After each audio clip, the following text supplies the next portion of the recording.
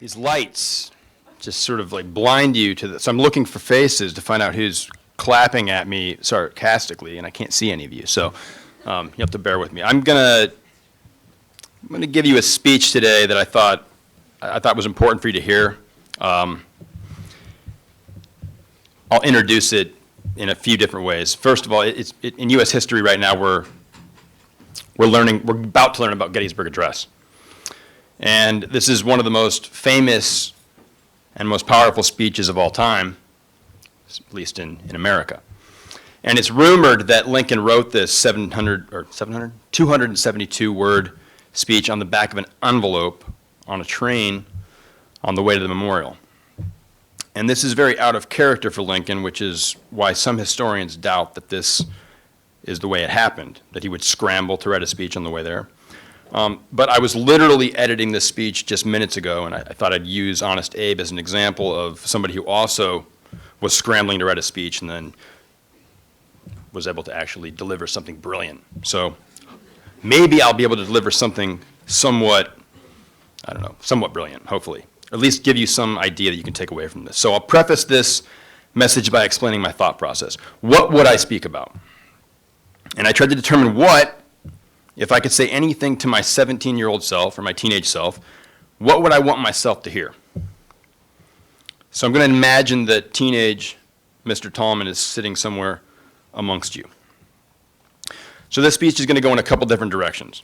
I had some important ideas that I wanted to share, and I've been looking for a way to fuse these two thoughts together.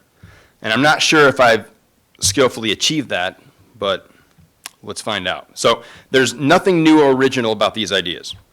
And I'm going to lay them out in such a way that it might give you something to take away and use.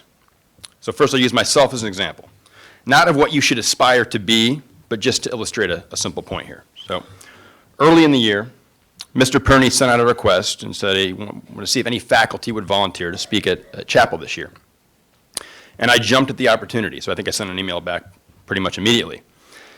Not because I enjoy this situation, that I enjoy public speaking, because I do not enjoy public speaking. So I don't enjoy this, I don't like this, and here I am in front of you speaking. And I know this is counterintuitive, and I'm not an introvert. Most of you know that I'm quite extroverted. I just don't particularly like drawing attention to myself if I don't need to. So an example would be like, to my wife's chagrin, almost all of my clothes are gray, navy, brown, or black. And I think that's because earth tones tend to be less flashy. They don't draw unnecessary attention. Not that there's anything wrong with doing that. For me, I like to blend in with the crowd.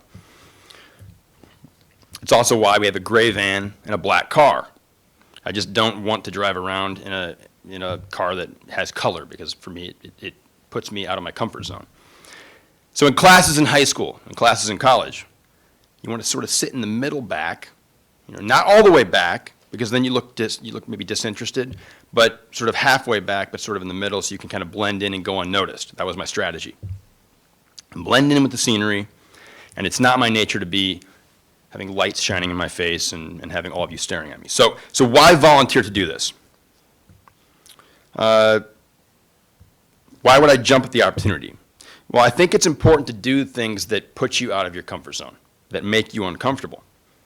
It's really important for you all to test your limitations and to push yourself. And the paramount of all reasons why I would want to do this and why you should jump at opportunities to do things you're not comfortable doing is you should get into the habit of inviting, anticipating, and accepting failures, setbacks, and disappointments. So in life, it's necessary that you invite, anticipate, and accept failure, setback, and disappointments. Now, okay, so am I looking to get up here and totally bomb and fail, misread my notes, stutter, and sort of blank out on what I want to say, crash and burn? That's not like my strategy here. Of course not. But public speaking, like most things, takes practice, and it's not something that I've been doing frequently, so I need to put in some more reps. So that's why I'm up here speaking, also just to get some more experience. And when I'm done here, I can assure you that I'm going to be going over in my head Could I have done things better? Was the proper emphasis on words and phrases, the necessary pauses after I say important points? Okay, that was unnecessary. Ultimately, did my speech sound forced, or was it relaxed and confident? So all these things will sort of be bouncing around in my head to see if I did, a good job.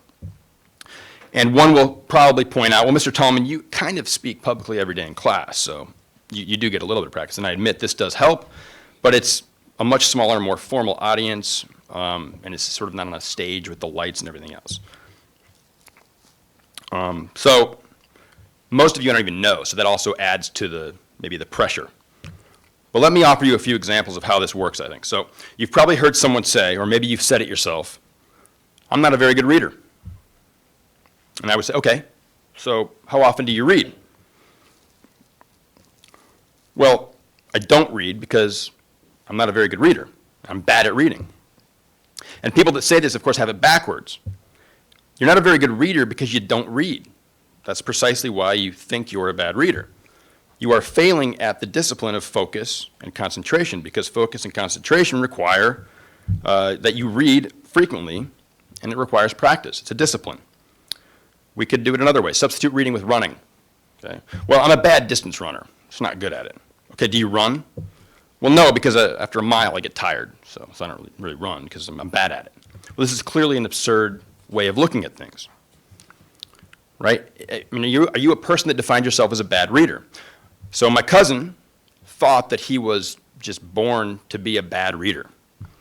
See, he's a really talented mechanical engineer, and he was told his whole life that he's good at things like math and physics, and so naturally he's not the best at subjects like English and history, which are subjects based in reading. And until he was in his late 20s, he thought he was unable to read a novel, and he had never read a novel up until that point. One Christmas I bought for him Oscar Wilde's A Picture of Dorian Gray, and he agreed with me to read it and then discuss it upon completion. And this was not easy for him to do.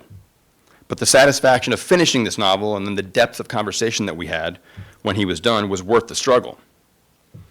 See, there was resistance in every page, word, and letter for him, but in the end it led to an incredible discussion about what our portraits might reveal, for those of you that have read Dorian Gray. Are we living our lives in such a way that the portrait would reveal our uglier natures? Would we be ashamed of it? And how would we live in such a way as to be proud of the portraits that reflect who we truly are in life? And these conversations, because of his, discipline to complete the novel, led him to start reading Dickens. And he decided to read Tale of Two Cities, which he admitted to me, and I talked to him on the phone before the speech. He said, that took me about 2 years to do. But he didn't give up. He kept reading and reading and reading. He had to start it over many times before he could push through and finish A Tale of Two Cities. But the joy that he got from finishing that novel propelled him to read more literature. In fact, he decided to take on the Russians and the dauntingly long masterpieces of Tolstoy and Dostoevsky, which we also discuss. So his decision to start consistently disciplining himself to read opened up all kinds of opportunity for him, especially intellectual. So things that are worth doing, right? Things that are valuable, they take effort. They take sustained effort. And things that are easy, and that I engage in as well, I'm not saying that I don't, but like things like Netflix and eating ice cream and sleeping and social media, these things do not take effort. These things are simple, they're easy, that's why we consume them so readily. And this is where I'll introduce my next idea. If you're bad at something, the proper response should not necessarily be avoidance. Like, that's not with all things, but when you're bad at something like reading, or you're bad at running, or you're bad at exercising, or your response should not be to avoid it, to put it off, to push it off to the side and stay away from it. It should be exposure, right? That's how you're going to start to learn how to do it. Expose yourself to the idea and then do it consistently. And this might be a sort of an imperfect metaphor, but since I'm really willing to fail up here, I'll give it a try. I think of it like a peanut allergy. This is a serious health problem that has doubled over the last decade, right? When I was growing up, I never even heard of it. And one theory that researchers have proposed is that there's this hygiene hypothesis, right? So by sanitizing the world around us and by keeping everything so clean around little children by de-germifying their ecosystem, eliminating exposure to any and all bacteria and viruses, and not letting kids sort of roll around the dirt and play on the floor and do all these things that kids do, that by doing this, we've stunted their immune system, right? So creating these clean environs have not exposed them to the necessary, pathogens that they would need to develop a healthy immune system. And this causes the body to freak out over like simple peanut proteins to no fault of the allergic person. Now, the current recommendation from a study published in the New England Journal of Medicine is to actually expose your kid to peanuts early. So within 6 months, like as an infant, to expose them to peanuts so that way their body knows that it's not a foreign invader and can deal with it appropriately. So this is how I think it relates. I strongly believe that risks, challenges, obstacles, and struggles, they do the same thing. They will immunize and inoculate us socially and experientially. So they reveal our vulnerabilities, which allows us to strengthen the weaknesses or strip down the insecurities we might have. Okay, so here's where I'll try to bring these two sort of disparate ideas together. Do things that make you uncomfortable and expect to be bad at it.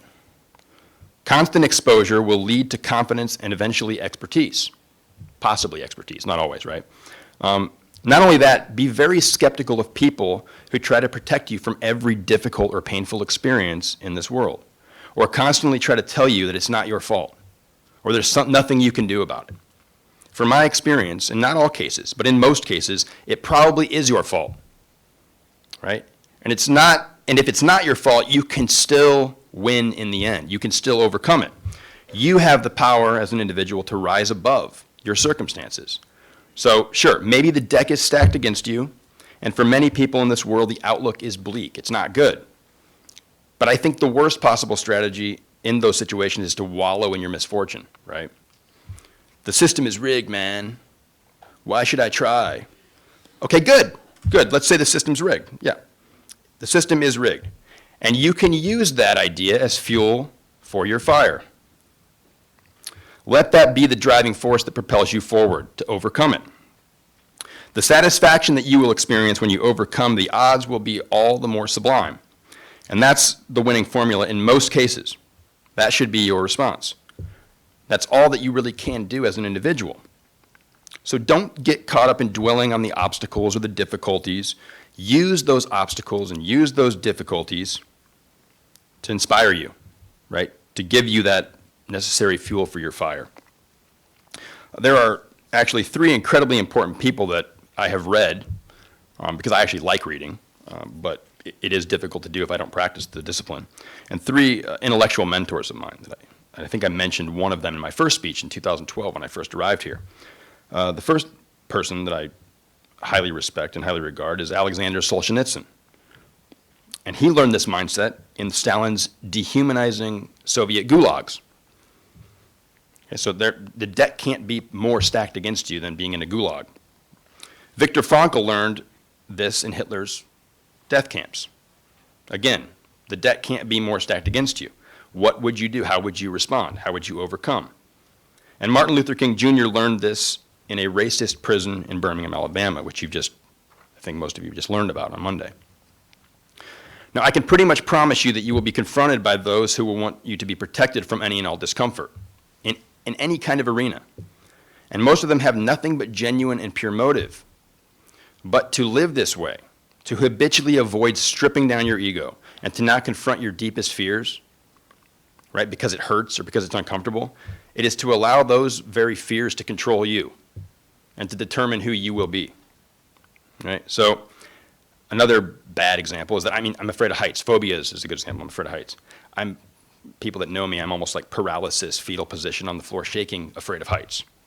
But what is the way to overcome this? Clearly, it's not to avoid heights all the time. It's to, when I find an opportunity and there's enough people to make me feel like I would be a wimp if I didn't, I climb up to those high spaces and try to put on a brave face, which is really, really uncomfortable for me to do.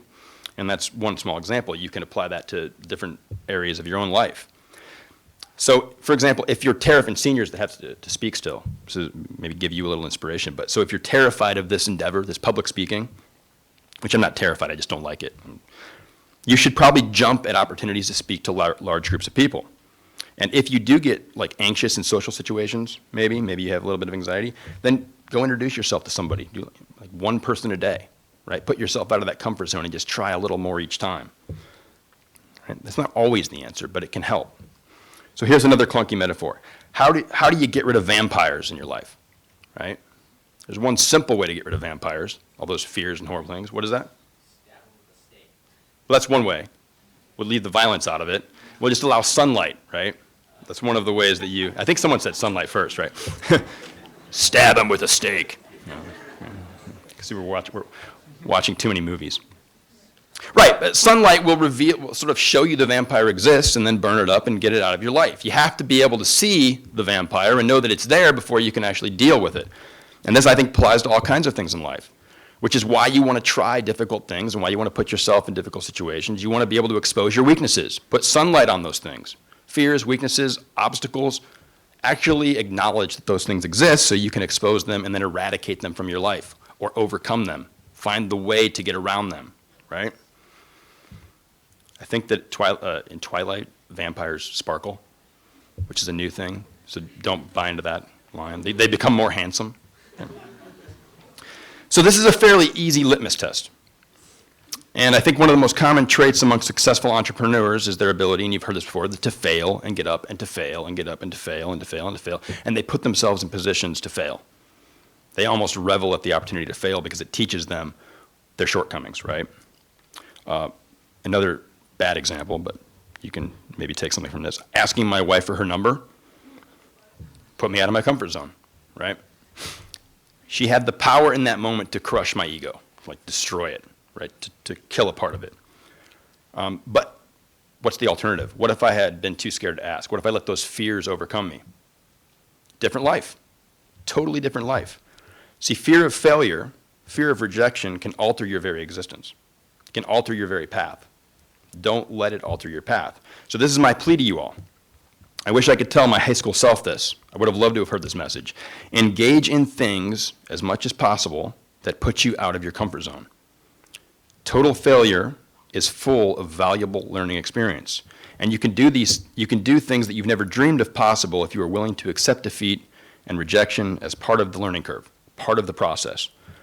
See, those that blame others for why they aren't successful in pursuit of a goal don't make it very far. And those who deal with it, even if it's out of their control, and use those obstacles as a proving ground, can overcome just about anything. So do things that make you uncomfortable and try to get better at them. And I believe that each and every one of you, given the proper conviction, can do things that you never imagined that you could possibly do in this life. So now go run 5 miles and read a Russian novel. Thank you.